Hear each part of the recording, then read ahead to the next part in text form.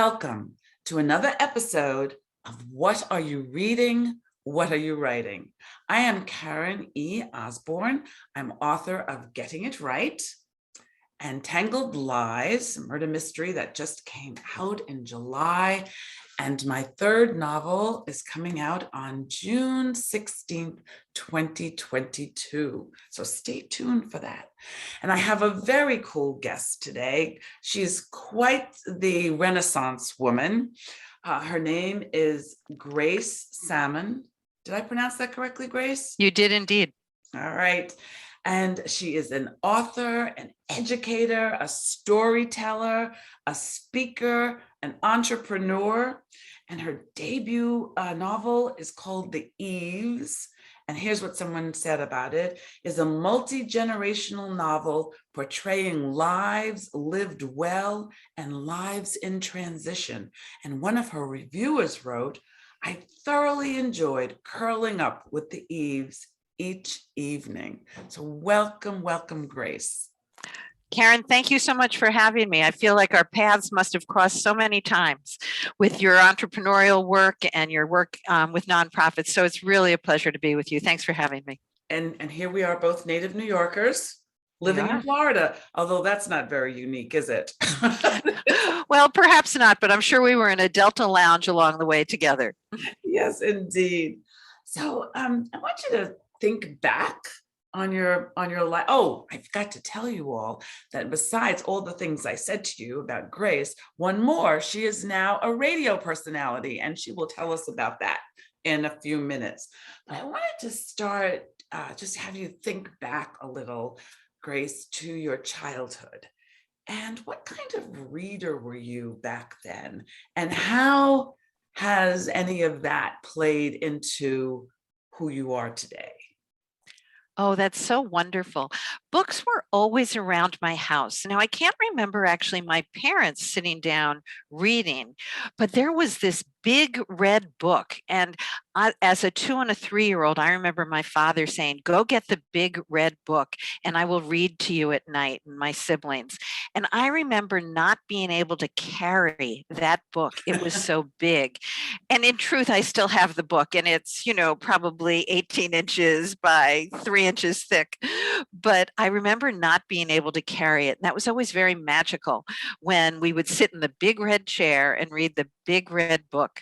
And it's a series of short stories and children's literature. So that was very important. And then there were 2 real turning points for me in my reading. One was my brother gave me a copy of the wonderful Anna Sewell book, Black Beauty.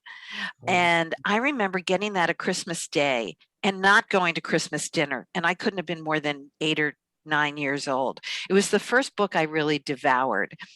And that changed me. It was something about the words on the page and the transition of the animal that, no matter what got thrown Beauty's way, somehow Beauty transformed himself. And then my mom asked me to read Rebecca by Daphne du Maurier with her when I was a freshman in high school. And it was the first time I ever buddy read with anybody. And that was such an amazing experience to say to my mom, "Where are you in the book? What do you think?" And I think the impact on my writing then is I love complex characters. I love complex characters who have to adapt through many transitions in their lives. And I even like the characters, like if you know the story, Rebecca, the new Mrs. De Winter is, really is the underdog, but winds up shining in a very special way. Yes, indeed. Daphne du Maurier was one of my favorites. I loved Rebecca. I also loved The Strand, which was a time travel book. And I still can see whole images, which there were no images, there were words, but I can see the person landing naked in the street. Yes. And The Scapegoat was my mom and I read Scapegoat together too, which was another du Maurier piece. And I've seen all of the Rebecca remakes, every single one. Yeah, yes, really. Books as a child are always such, and I got most of my books at Christmas. because I had to use the library all the other times. They couldn't afford it. When I look at how many books I give my grandchildren, but anyway, that's a time for another conversation. But that's a great gift that you've given them that.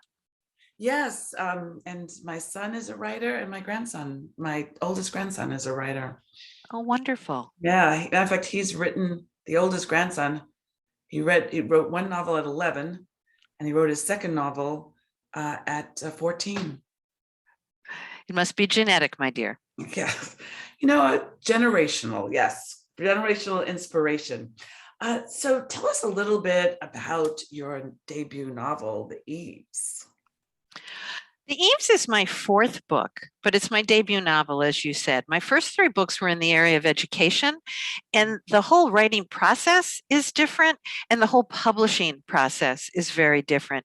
So when I went out with my first educational book, I sent it out to 14 potential publishers. 11 wanted it in a minute, and that was delightful. The process of writing a novel is very, very different in terms of how that gets from page to print.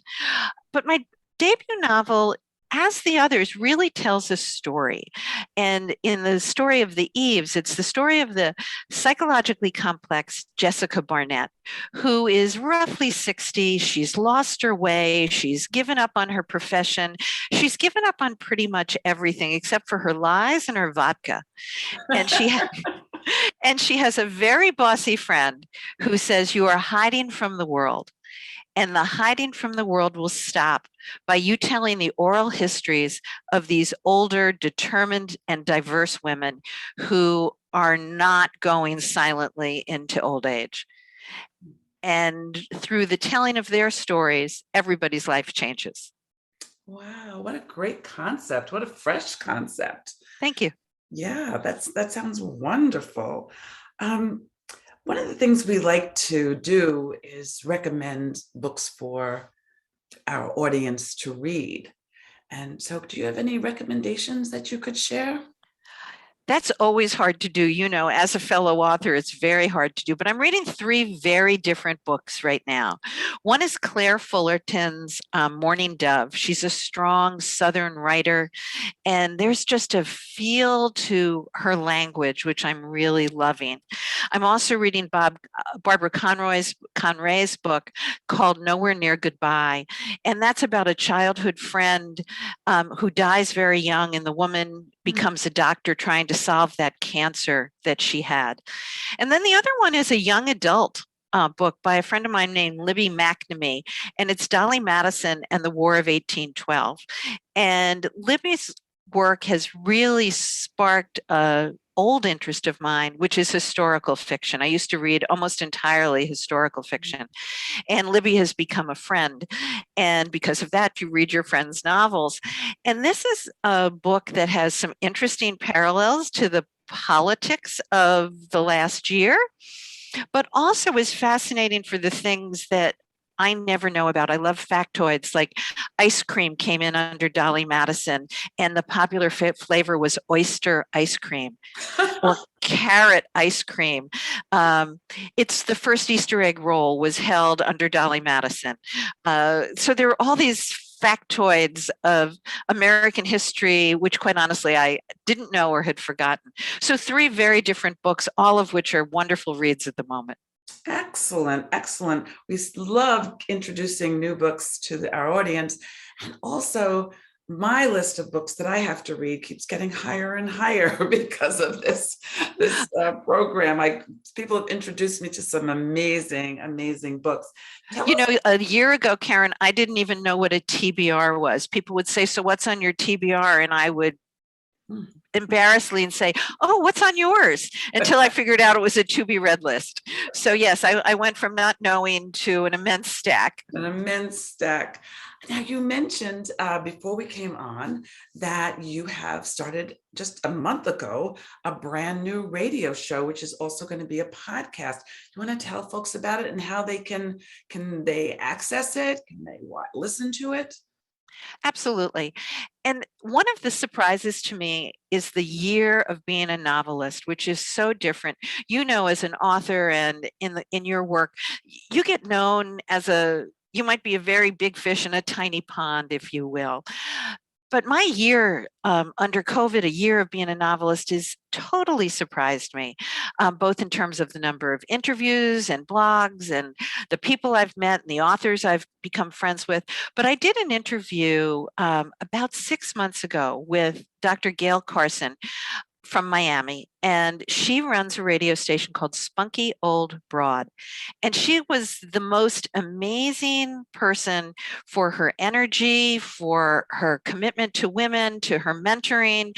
I think over 1 million women went through her mentoring program. And she saw something in me that she loved during our interview, and she offered me a slot on her radio station. And that opened a slot also on another radio station called Society Bites Radio.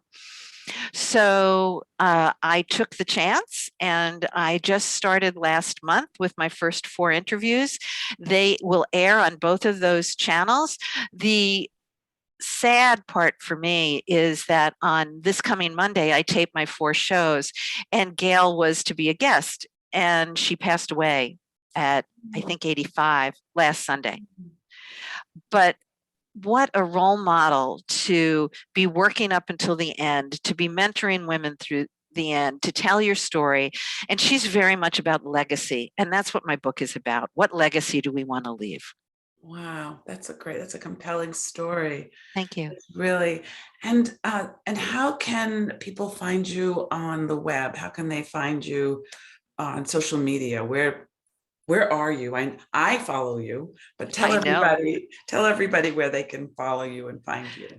Well, they can find me on my website, which is gracesammon.net. And salmon is spelled Sammon, said like the fish, but spelled differently.